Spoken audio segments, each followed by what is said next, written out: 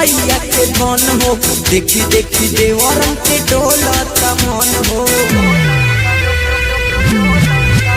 अरे खुला रखता हर तू भैया के धन हो। देखी देखी देवरन के डोलत मन हो।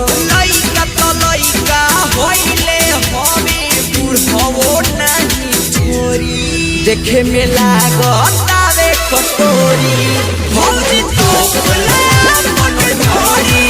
देखे में लागतावे कटोरी भौजी तो मन भरी।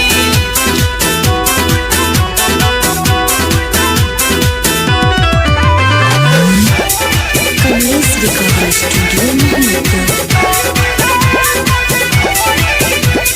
पेन्हो तारू भौजी हो हाफ के झूला। ऊपर से देखला पलौ कता झूला। हरे बुझल हो। पेन्हो तारू भौजी हो हाफ के झूला। ऊपर से देखला से लौ कता झूला। ओही में अपना दाल रोटी भात खियोई मुका बोरी बोरी। देखे में लागत कटोरी भौजी तो देखे में लागे कटोरी भौजी तो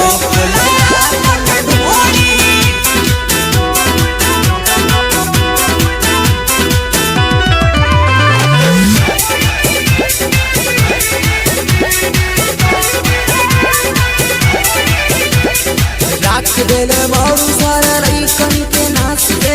बोलाला पपुछु गारी दे तार साफ के। राख देले बाबू सारा लइकन के नाच के। बोलाला पपुछु गारी दे तार साफ के। सूरज संदेश से बात कहले विशेष लेके पिसनी लागता है गोड़ी। देखे में है लागता कटोरी भौजी तो देखे में लगता कटोरी भौजी तो कमलेश रिकॉर्डिंग स्टूडियो मोहम्मदपुर। देखे में लगता वे कटोरी भौजी तो देखे में लगा